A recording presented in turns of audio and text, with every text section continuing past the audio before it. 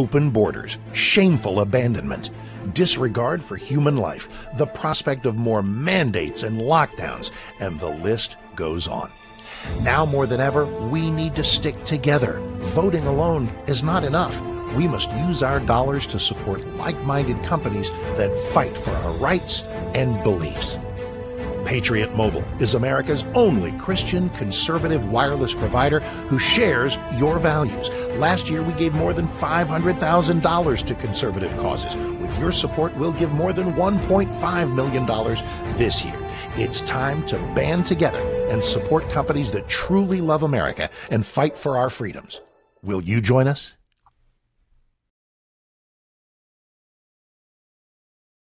Oh, I got to update it. Okay. This is Kentucky's Voice Radio, covering the latest state and local issues with Tom Fallbush, Bob Scott, and Jim Waters. All right, welcome to Kentucky's Voice, the Friday edition, the Friday before Memorial Day weekend. And so, first of all, we want to say thank you to all of our veterans and all of our everyone who has fought and served, and it's a very special weekend for that. You know, one of my favorite things to do on Memorial Day weekend is to flip around on all the movie channels and watch all the great war movies because that's when they play the best ones. And it's like, you know, all the good stuff. So it's anyway. So I hope you all are getting ready for a great weekend, and just like I said, happy Memorial Day, and God bless our veterans.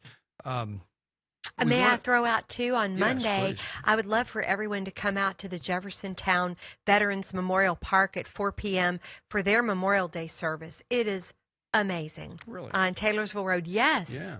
Yeah. It's just fantastic. Yeah. It'll last an hour. You will be inspired, and you get to see that beautiful Memorial Plaza that they built in Jeffersontown. Will someone be singing that we may know there? Well, I think there's this little lady named Debbie Robbins who's going to sing the national anthem. Is that right? But nonetheless, I know so many people that support it and put that on every year. You all will just be so blessed. Yeah. And it just, you know, oh, and also I forget the band, the Shriners Orchestra, they play. They're so good. I forget the guy, Tom Dillard, our Jeffersontown chaplain. He's the head of that. So there's a lot of cool stuff. A lot of great awesome. speakers. Yeah, right there on Taylorsville Road, right outside of J-Town on Taylorsville Road. Just you can't miss it. Drive by, helicopters, tanks, boom. You know you're in the right spot. So, okay. All right. Well, so we wanted to kind of pick up a bit on what we talked about yesterday, what we were talking about yesterday, which is the Massey Gowrane election fallout. You know, there's still just a lot of chatter about it online and just amongst, you know, conservatives and Republicans in the state, and so it's an issue that still needs to be sort of wrestled with and kind of talked through. And so I'm willing to do it. And if you didn't watch yesterday's program, Debbie and I were both kind of Massey skeptics. She's more so than me, and Bob, it was definitely a Massey. To say the least. Yeah, to say the least. And Bob was definitely someone that was pro-Massey. And now he's not like devastated that he lost, right? So I would say that for Bob. But we have another person, and we only have 2 minutes left in the segment. We're gonna bring them in real quickly, though. She is our intern. She's someone that helps us post all of our social media clips. So if you've been on TikTok or YouTube or Facebook, and you've seen some of our clips, this is the young lady that's editing those and putting those up there. And her name is Angelica Shaheen, and she is a college student at University of Louisville, and so she's really in tune with what's going on with that generation, with Gen Z. And Bob, you made this great point yesterday that there's definitely a demographic, difference with who was supported in that race. So Gowrane basically got the middle-aged and older vote, and Massey got the middle-aged and younger vote. And so, and I don't know, Mr. Producer, if you could pull that up. There's a graphic that he had yesterday that was awesome. I don't know if you have that available. If not, we'll pull up for the next. Okay, next segment we'll bring it up, but so get it prepared. But it was a fascinating clip. So we only have about a minute left. We're going to bring Angelica in after this break, but she was just picking up a lot of responses from her friends, from her people on different chat groups about their disappointment in Massey losing and what they may even do. Like, hey, I'm going to vote Democrat. I'm not even voting. I'm not going to show up in the general. and so we want to take that. We kind of want to take the temperature of that mood and sentiment, and ask her what what people are saying. Because listen, we got to maintain that seat, as a Republican, party, as a conservative movement, as the MAGA movement, and so what can be done there? And anyway, so we'll discuss it. We have 20 seconds left. I'm looking forward to it because I love hearing from the younger generation. Absolutely. I really do, and we want to help them also understand where we're coming from and gain, take the wisdom that we have and the youth they have and their insight and combine it. Amen. That's it. Very good. Okay, so we'll be right back with the youth vote for Massey after this break.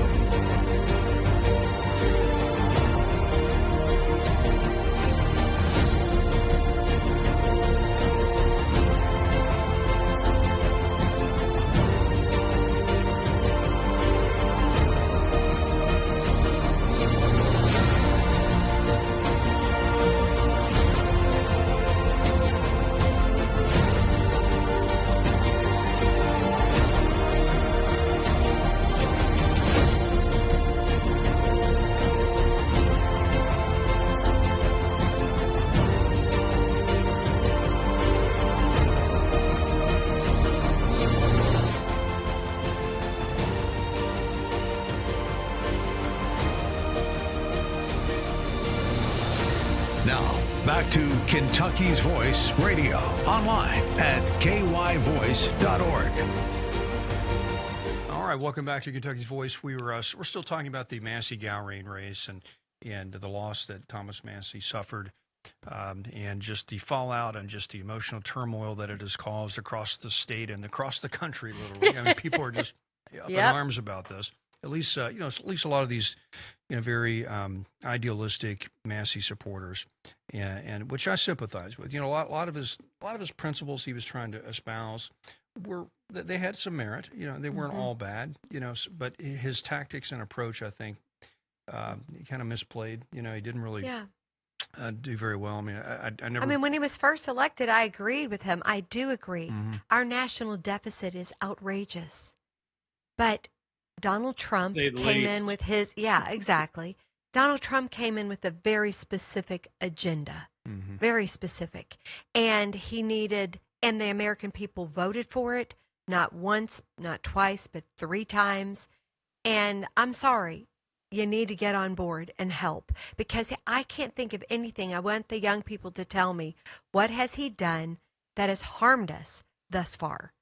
With the exception of, yes, I know the debt is out of control, but there are some great ideas out there. Like even Daniel Cameron had one that was Rand Paul's idea, the penny, the penny thing, taking a penny off of every dollar to help us. There's so many ideas to accomplish, but we've been taken over by the left agenda, and Donald Trump, under the most unbelievable circumstances, has been fighting tooth and nail to help us just redeem ourselves from that alone.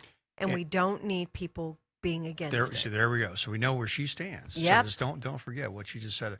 So and we're going to get to the youth vote to hear what they think about this here in a second with our guests. But I wanted to mention that we have a text line, the Kentucky's Voice text line.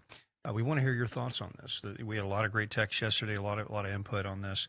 502-571 0970, 502-571-0970. Text us. Want to hear your thoughts on this. We won't spend the whole show on this. The last half of the show, we're going to talk about the AI data centers they're trying to build in Jefferson County and then this region, and how that's a huge issue. So we're going to get to that here at the end of the program. So you're interested in that topic, stick around. But let me bring in Angelica Shaheen. So Angelica, as we mentioned in the first segment, she's a student at the University of Louisville. She's our intern. She helps us with our social media. And the night of the election, of the primary, she was texting back and say, "Hey, listen, all of my friends are really disappointed, and they're saying they're going to vote Democrat now." And so I want to get Angelica's take on this. And Angelica, how you doing? Hey, Angelica. Good. Thanks for being on the show. Now, if you're listening, Angelica's has a bit of a vocal cord injury, and so she's so if you hear you can hear her, but she's definitely you can hear that in her voice, and you have just a really interesting and inspiring story. You went through a pretty serious accident in your recent years. And that's and we can get into that some other time. But you're really a survivor, and we really appreciate who you are and what you're doing and how you're helping us. And so, let's just get into this. So the night of the election, so Massey loses. I think you may have been a Massey supporter. I don't think you're in that district, but you may have been a supporter of Massey. Is that right? Or I support his constitutional values, not necessarily some of his foreign policy issues. Okay. Would you have voted for Massey if you were in that district? Probably. Okay, there we go. Now, a lot of young people in his district voted for him as well, and I think a lot of the overwhelmingly. Yeah, there we go. So a lot of friends that you're associated with did as well. And Mr. Producer, if you want to pull that graph up on the screen, that we can show people the percentages of the age groups that. Yeah, there we go. From like Massey 17 to 25. He had a plus 25. So that means 25. What is it? 25% more people in that age group voted for Massey than Gowrane. Age 26 to 35, same thing. So it was definitely it was higher the younger so the lowest age group 46 to 55 definitely went Gowrane. So anyway, so tell us your thoughts on that. What do they think? No, it went Massey. Yeah, that's it. Was really the 56 up that went overwhelmingly Gowrane, especially the baby boomers, which I'm a part of that, and Debbie is too. And it just goes to show we're split. As far as our feelings about it. But I'm sorry, Angelica is the star of the show. No, I'm glad you unpacked that, Bob. Yeah, and so Angelica, what is it that the young people were driven by? What is it that made them want to vote for Massey? You said you didn't agree with him, though, on some international issues. But what do they agree with him on? What is it that draws them to him? I think it's because he released the Epstein files. They feel like no other congressman or no other politician wanted to release them, and his constitutional values. But also with Ed Gowrane, we don't know what he stands for. He didn't fill out anything. He just showed his little picture. Did it make a difference that he said that he stands with the president on the president's agenda? I don't know what more he would need to explain. So did that really? Okay. Well, I mean, we know but we know the president's agenda, though. Refused to debate 8 times, and anybody that came to any of his rallies that had an opposing view, they basically ran them off. So there we go. Yeah, he was like the Wizard of Oz. He was the man behind the curtain, and people. He was just running around, and no one. You couldn't talk to the man, and so he was. I want to be specific. though. You're sure you're a fine man, but you were not a great candidate in this. Okay. Well, I hope he's going to be better in the fall. But exactly. But right. with young people, I want them to. Gosh, they're so important, and so Angelica. Again, what specifically, like when you said the constitutional values or what is it that he came out for that you feel like Ed Gowrane, even though if you didn't know, or let's say since the president endorsed Gowrane, it's almost like I'm thinking you all are against the president. So help me understand a little better. No, it's not at least from my perspective, I'm not against the president. Fully support him and his agenda. Okay. But at Gowrane, it's like he just won by endorsement. He didn't win by principle. It's almost like he's the DEI. Yeah. Okay. Well, he would say, Bob, help me out here, Bob. I want to hear what the young people have to think.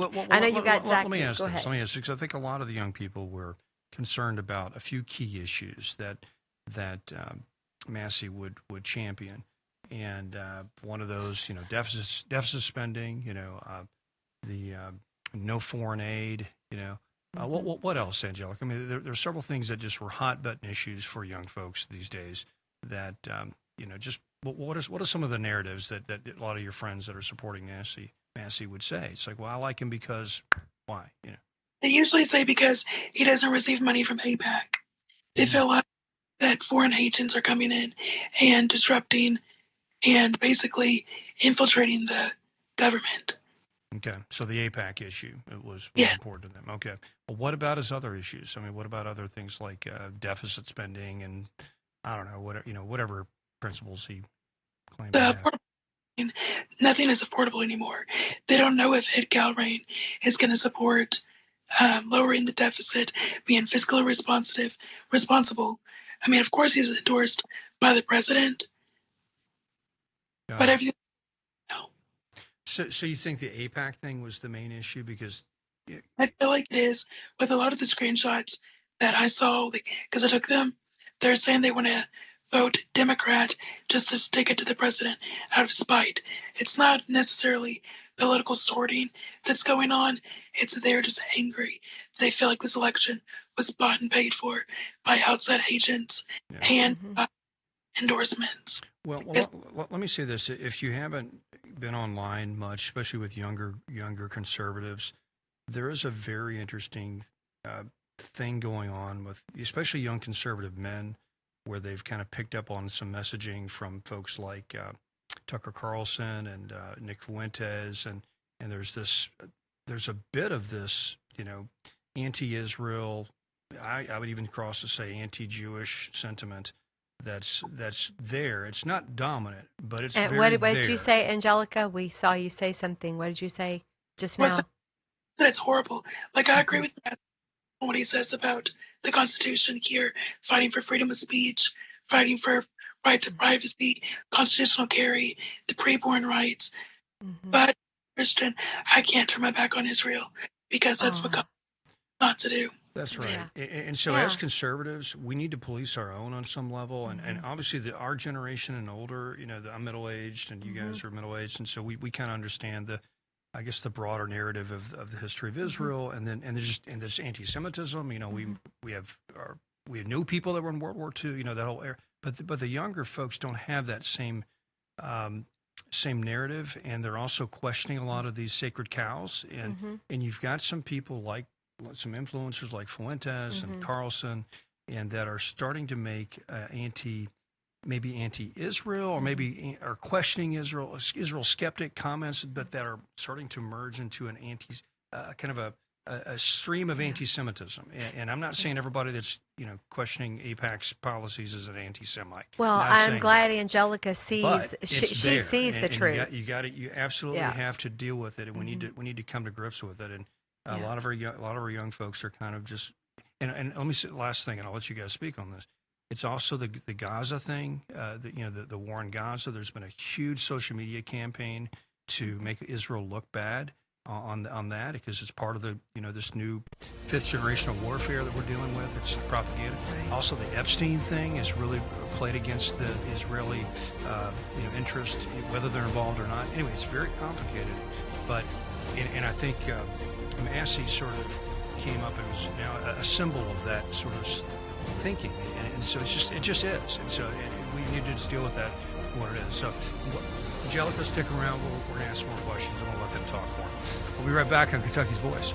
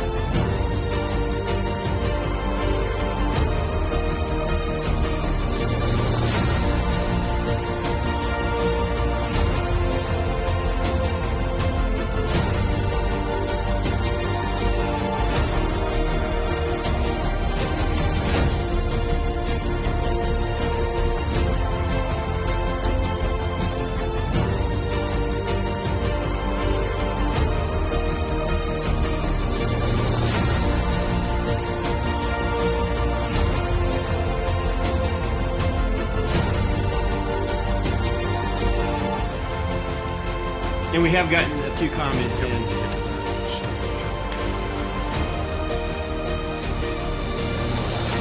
Now, back to Kentucky's Voice Radio, online at kyvoice.org.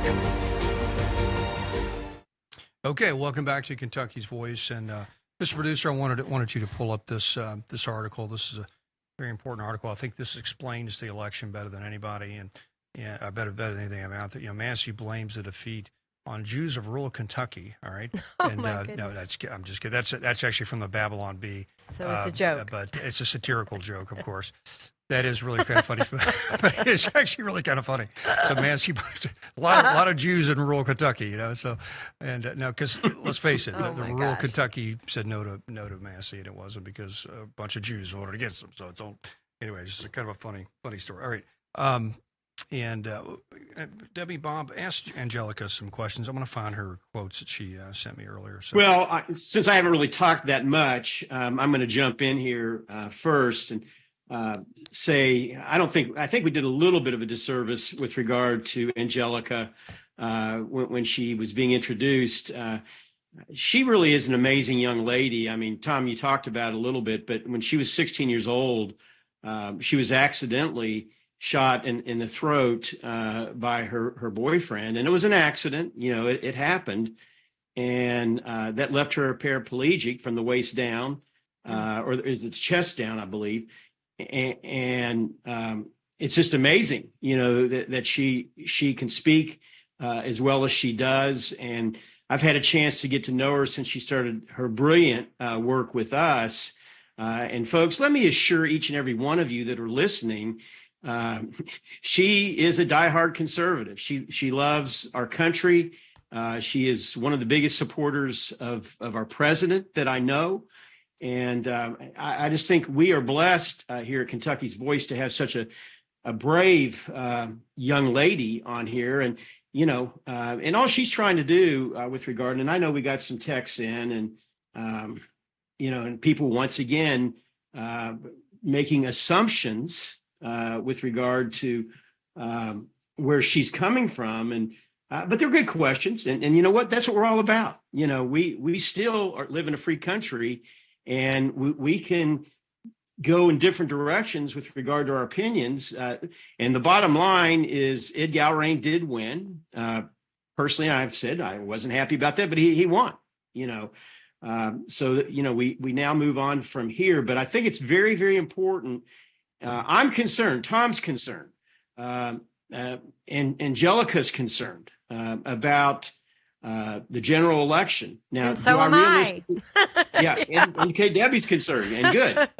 And do I think personally is in the 4th district that the Democrat's going to be elected? Personally, I don't. I think that's still a pretty safe Republican seat. However, weirder things have happened, with regard to it, and that's why conversations like this need to continue to happen, and we don't need to be running from it. We need to be running towards it as Americans and specifically as Christians. Every voice matters, with regard to it. And Angelica, I just want to ask you with regard, and Tom, were you able to find some of those comments? I was going to say, I can't find those comments. So I wanted to get her to just to rehash those. What was she seeing? Yeah. If you have those, Angelica, if you'd like to talk about, that'd be fantastic. Yeah, the comments that I was seeing, there were people saying they were going to vote for Strange because they were so angry over the results. They just want to stick it to the president.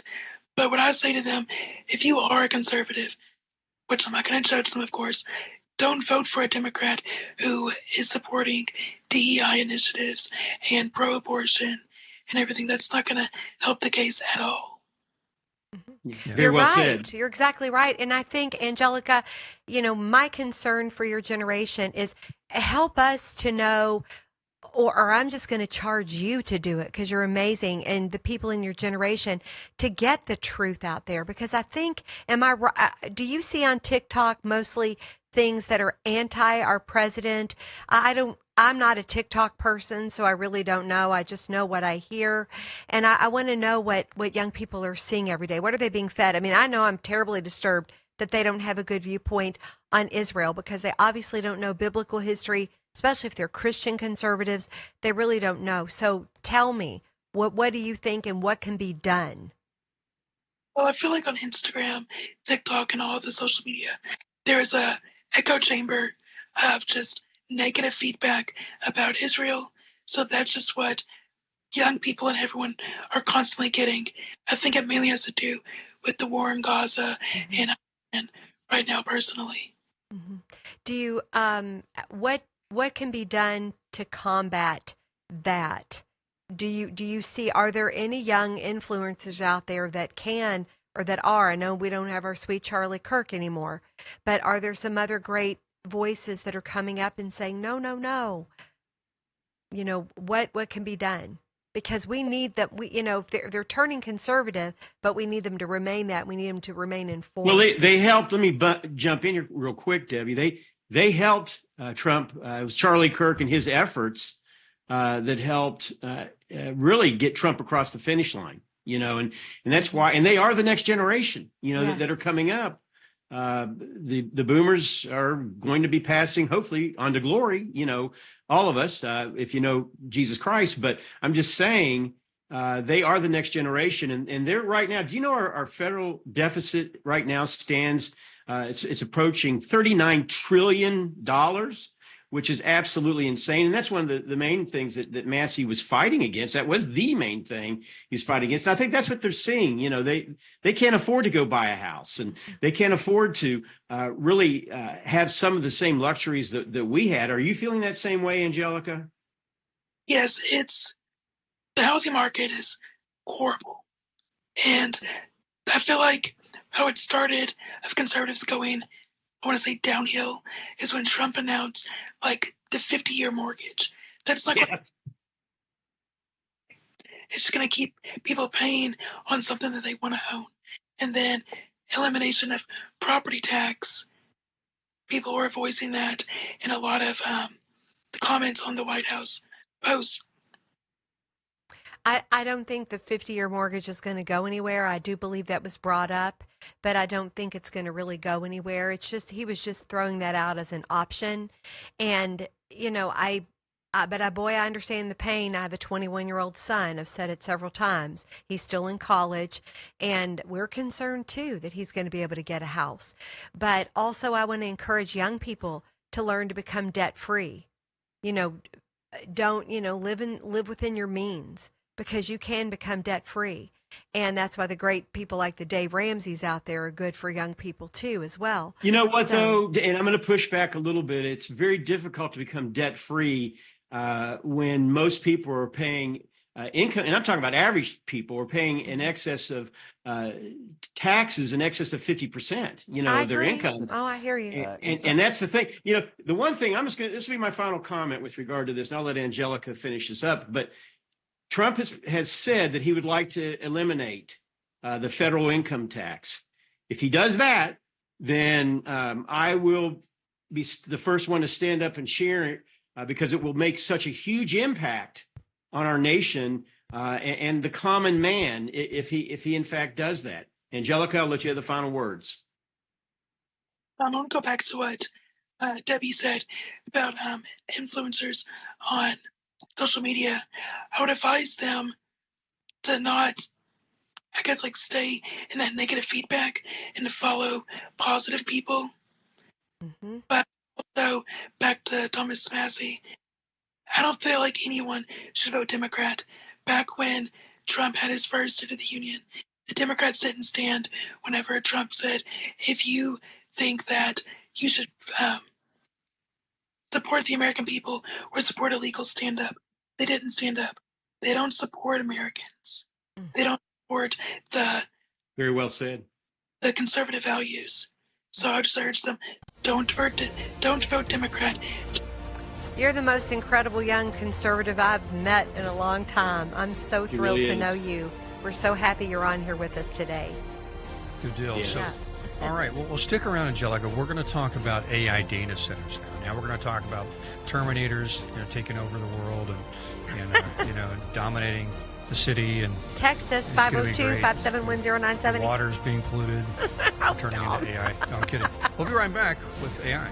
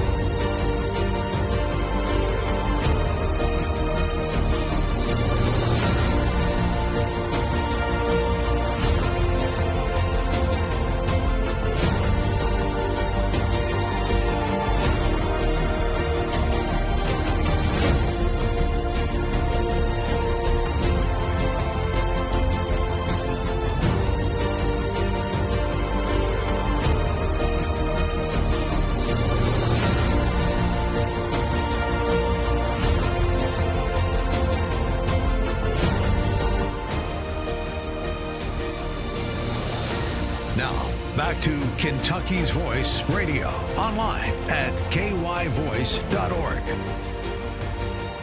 All right, welcome back to Kentucky's Voice, and we've had some great comments come in on our text line, and so and some questions for Angelica. So, Bob, go ahead and really good questions. It seems like a lot of these are from the same person, and they question asks, ask your guest if she follows Candace Owens, Tucker Carlson, and Marjorie Taylor Greene, and I'll throw a quick edit in there myself. I think Massey made a big mistake by doing the Tucker Carlson interview. That's not knowing the room in which you're speaking to or trying to speak to. But what are your thoughts on that question?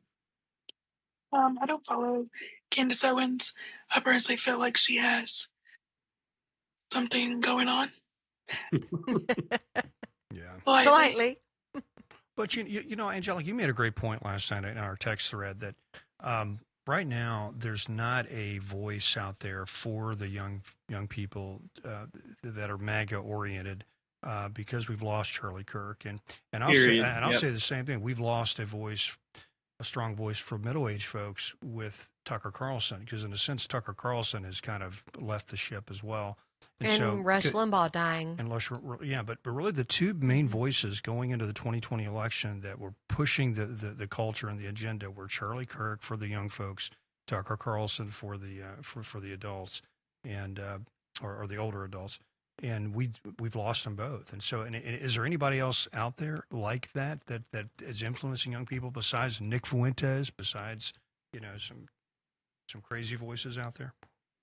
Well, I personally follow Kendall in Kentucky and Michael Knowles, Allie Beth Stuckey, very positive Christian commentators. Yeah, great influencers there. But we need somebody to rise to that national level to where they just dominate TikTok like Charlie Kirk did. I mean, Charlie Kirk, his TikTok numbers were off the chain. They were just nuts. Yeah. But anyway.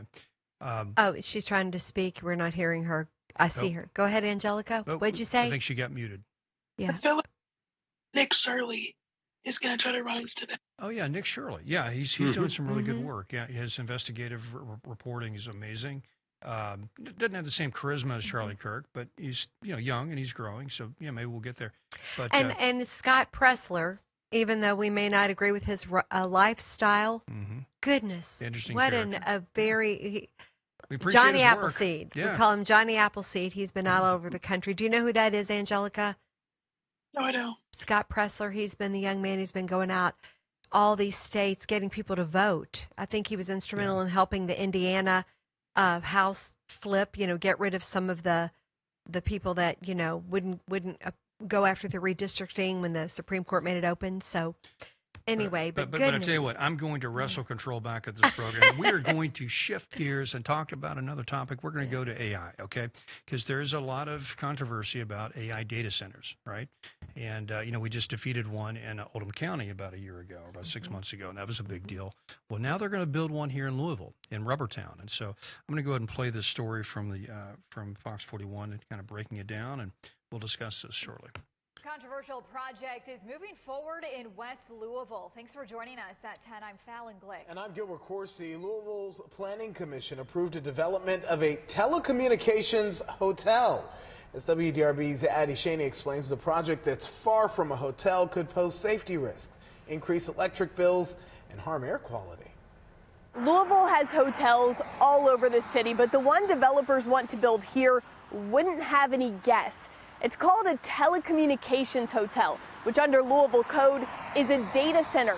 And developers want to build a massive hyperscale data center right here in Rubbertown. A sea of people holding yellow signs in protest packed the seats at Thursday's Planning Commission meeting. The proposed project, a partnership between Poe Companies and Powerhouse Data Centers, would span about 1.6 million square feet, featuring 7 two-story data center buildings. Developers say potential clients could include tech giants like Google, Amazon, and Microsoft. 7 homes have already been purchased to clear the site. It's been kind of a culture shock because it's like, these are our neighbors. We've known them for, so many years, and now that they're gone.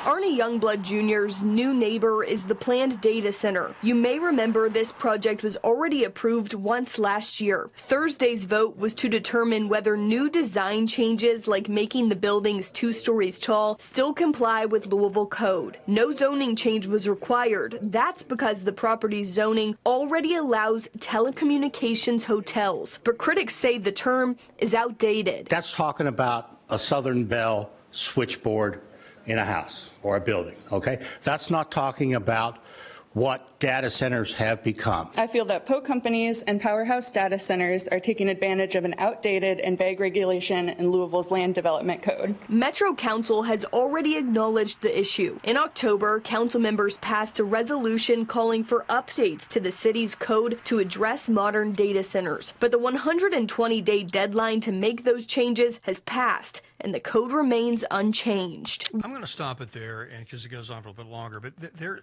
Here's the tension right now, especially amongst conservatives and MAGA supporting conservatives. MAGA sort of represents this unique brand of conservatism. It's a grassroots, middle-class focused conservatism. And so issues like this of dropping in a big data center into our backyard is very resonant with MAGA conservatives. However, we're also conservatives, and we're also free market conservatives, and we're also about returning industry back to the U.S. We're also about beating China in the AI race. And so it is a real tension within this coalition that we have, this AI data center thing. And it plays out here at home because we're dealing with it right here in Louisville. There's another one being built over in Madison, Indiana, right in the old Jefferson County, Indiana, proving grounds, 2,000 acres it's going to take up. It's going to be huge. And so I think it's it's multiple buildings over 2,000 acres. So, and so this is a huge issue, and I'm not sure how to fall in on it. Because at the same time, we want to bring manufacturing and industry back to the U.S. Well, this is kind of what it looks like. You're building factories. That's kind of what a data center is. It's a big factory. And so, but not in my backyard. So I don't know. Well, guys, what do you think? I'll jump in there. I've got a lot of concerns about it with regard to the impact it's going to have on the environment.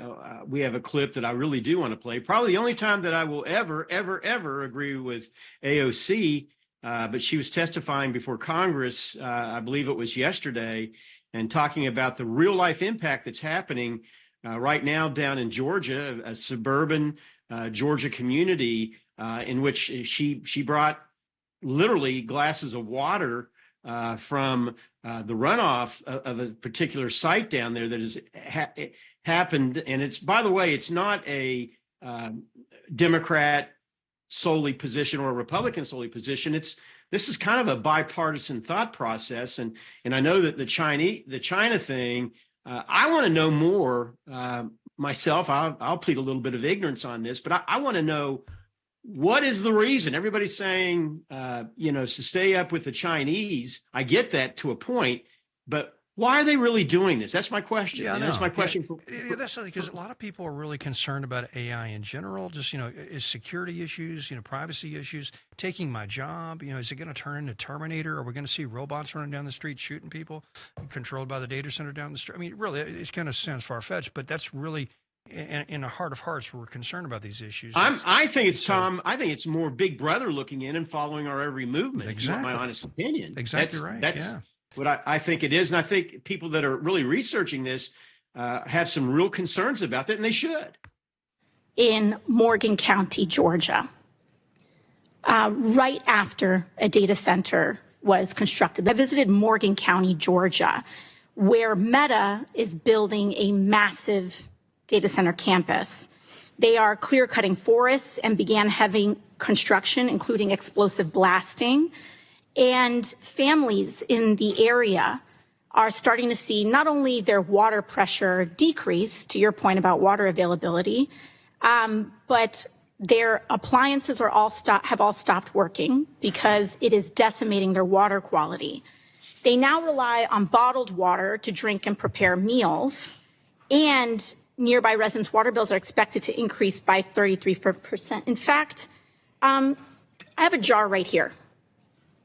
This is the current drinking water in Morgan County, Georgia, right after a data center was constructed. The Meta.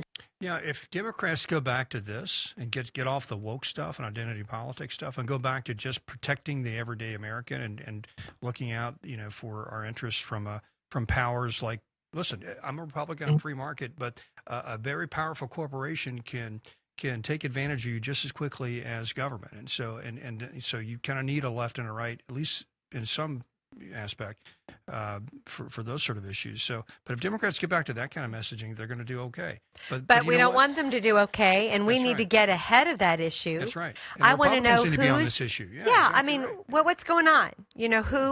Who is behind this? Are there any bills in Congress? Is this just, there has to be the EPA. We need to have Lee Zeldin talk about this. We need to be asking questions. So we just have to, as Americans, be aggressive and ask questions, as we should on everything. Well, I'm going to get so on I want AI to get ahead right of them. now. I'm going to get on AI right now and ask the question, are there any bills? And, maybe I shouldn't do that right now. Wrong thing. Well, and for those of you that are driving in the car, listening to us on the radio, you couldn't see the water that she was holding up. And it was in a glass jar. Yeah, it was like pond water. It was like a mason jar. You trust me, you wouldn't touch it with a 10-foot pole. Right. It was dark and black and nasty, and if that's the kind of stuff that's being spit out down there, and I have no reason to believe in this one instance that she would bring something to Congress and hold it up. And I've seen enough other videos. I know the people down in that community are absolutely enraged about what's happening. And of course, Rubbertown, it is zoned industrial, and it's a pretty rough area to develop because you've had the DuPont chemical plant down there forever. And so it's, it's kind of it is what it is. But, data centers, here's the issue. They take up a lot of water because you got to do cooling. They have a lot of this noise that comes out of these things. They eat up a lot of electricity, so your electricity bills go up.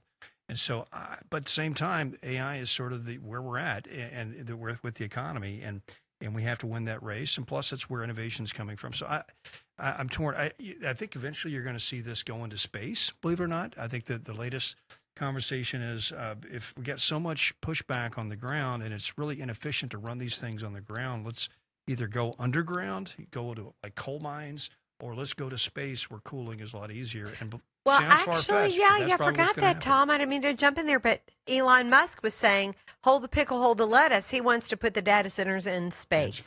And I think that's what's going to happen because of all this pushback on the ground. And so, right. Anyway, we have 20 seconds left. We want to hear your thoughts about this an AI data center in Louisville. Are you for it or against it? 502-571-0970. Concerns? No concerns? Is AI going to take your job? I don't know. We'll find out. We'll be right back.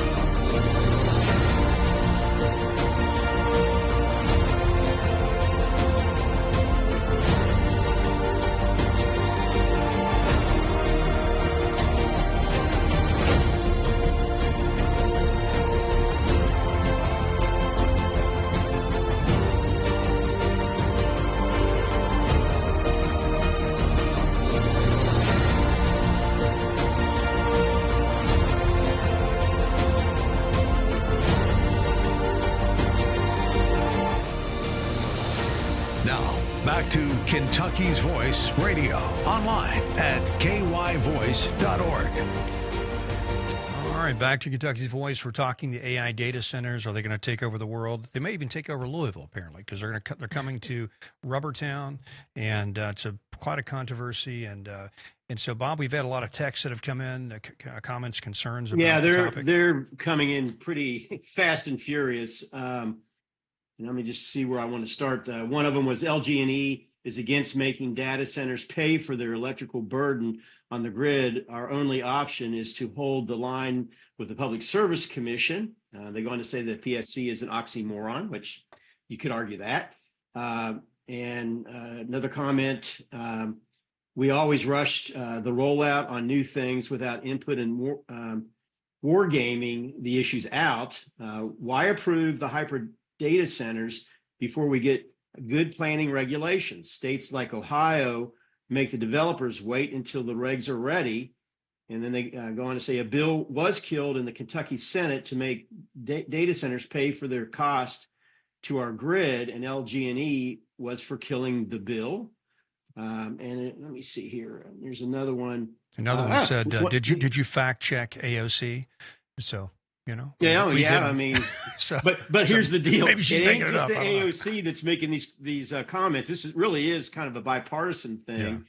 Yeah. And here's a question for Angelica. I'm still hearing that there's a lack of skills trades. Is there a reason why young people seem opposed to learn trades? And I don't think that's totally true. I'll push back. My son just graduated with a 2-year degree. In essence, at a trade school, and he had a perfect 4.0, so I'll brag on him a little bit, and he's already gotten a job, and so I think you're seeing more and more people. But what's your thoughts about that, Angelica? Well, I think there is more going into technical colleges so they can get more hands-on training, so they can go into the workforce instead of 4-year degrees in colleges, because college is pushing a lot of DEI and socialism. People are staying away from it more. Yeah. College is going to implode over this next decade. For one, there's not enough kids. You know, their whole agenda, their whole DEI and anti-family agenda that they've been pushing for the past 50 years is coming home to roost, because now we've had a couple of generations that haven't had enough kids, and now they don't have enough students. And so these colleges are going to just close because of that, if nothing else. But plus, parents are getting wise. Like, I'm not going to send my kid to some indoctrination center, some secular seminary that's going to turn them into some radical communist. I'm not going to do that. And pay for it, you know, and pay for it myself. No. So anyway, you're right, Angelica. That's a good thing. The trades are picking up. But no, I agree with the text that came in that, we just seem to just jump before we do the testing and we do whatever. But then on the other hand, it takes forever for regulations to get through. You know, throwing out another topic yesterday when they brought out indictments on fraud in Minnesota, they said they did this at the speed of light, you know, legally in the past couple of months. Well, I say government speed up everything, because you can. And you can get to the answers that people are asking on these issues instead of just, you know, throwing up the data centers. But man, if we do need to have questions answered, our government needs to speed it up too. It goes both ways. Right. Yeah. They had a comment that says, if you're against data centers, then you should not be using AI or the internet.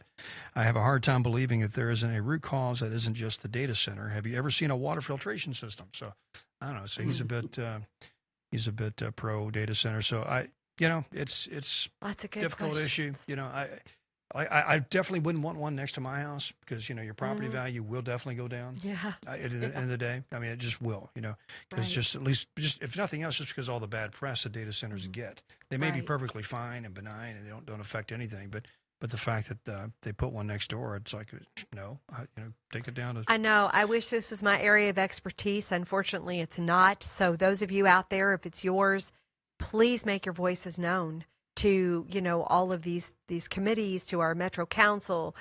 Speak up, because that, you know, that's your expertise, and that's amazing. Please, you know, for all of us, speak up. Right. And another comments, a lot of good comments coming in. It's about the colleges. He goes, the colleges will import more students from overseas.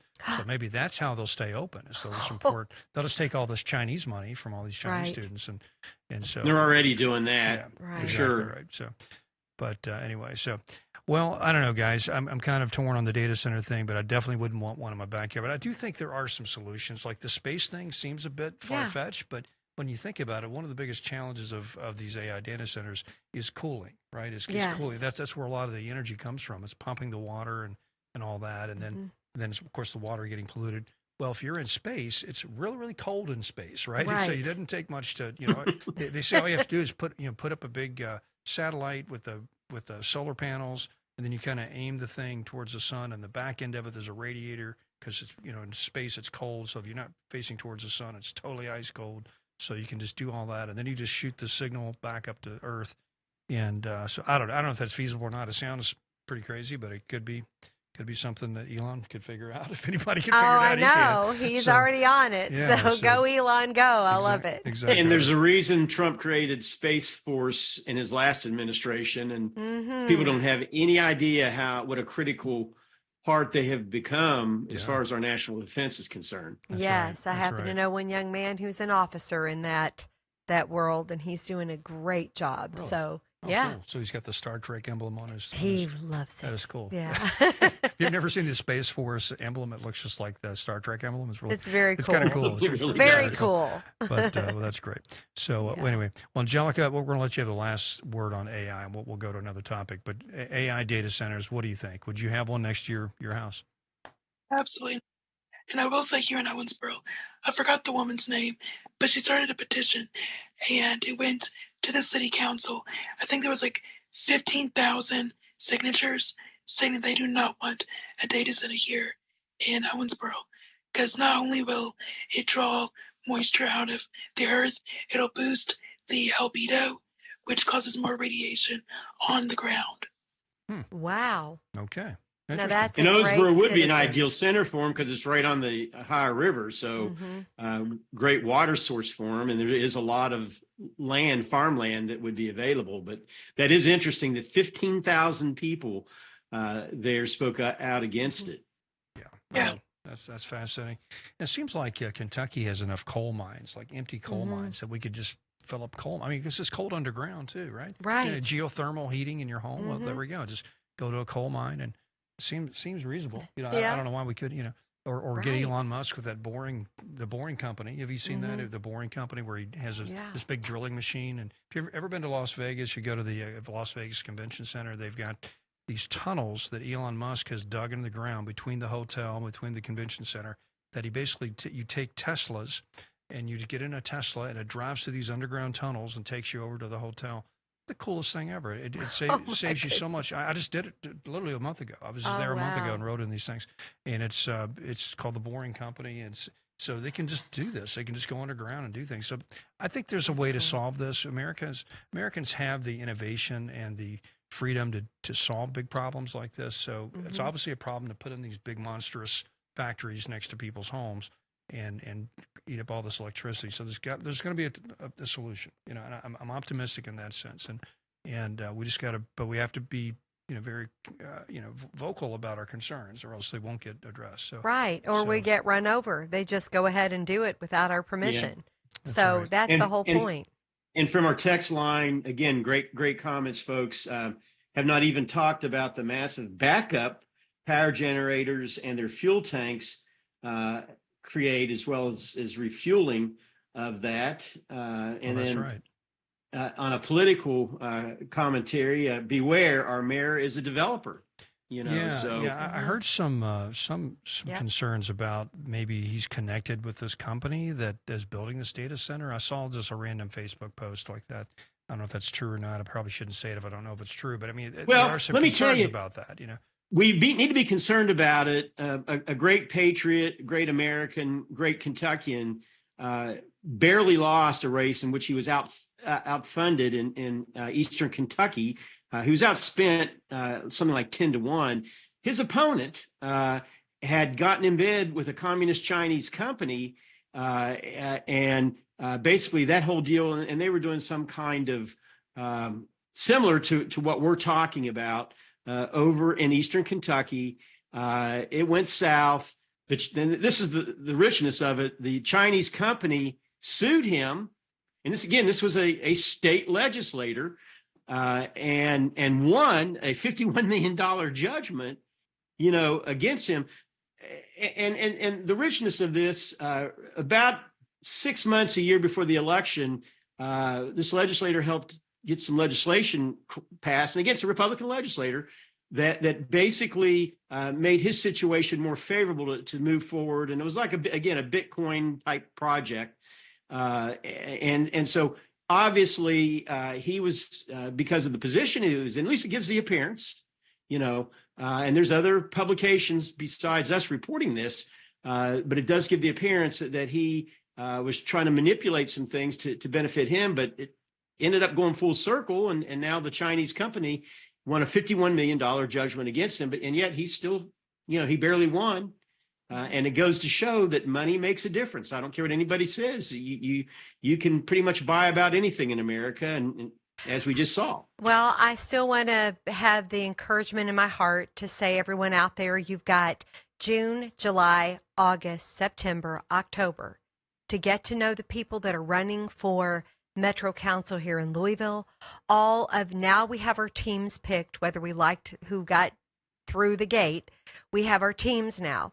So it's our jobs. Get to know them. Go hear them speak when they're at a coffee shop. Go ask the hard questions. Email them. Put them on the spot. Make them answer questions. And then, like President Trump said, make it too big to rig. And we hold them accountable. And, we're getting ready. They're already counting down to the next session in January. They say always bills 1 through 10 get heard. Okay.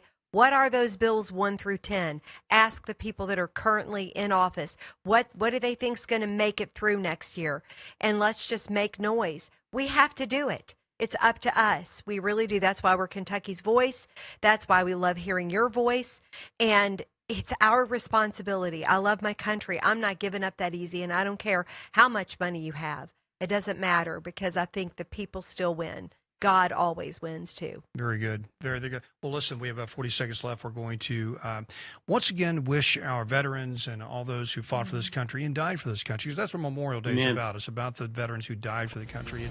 And I also want to give a special shout out to the 192nd Tank Battalion, who in World War II, a Kentucky National Guard unit, was shipped to the Philippines and fought all the way to the Battle of Bataan, and they were captured in Bataan, did the Bataan Death March. Very historic. These are National Guard units from Kentucky in World War II. If you don't know that story, you got to look it up. 192nd Tank Battalion from Kentucky in the Battle of the Philippines in World War II. Very, very fascinating topic. Hats off to them. We'll see you next week.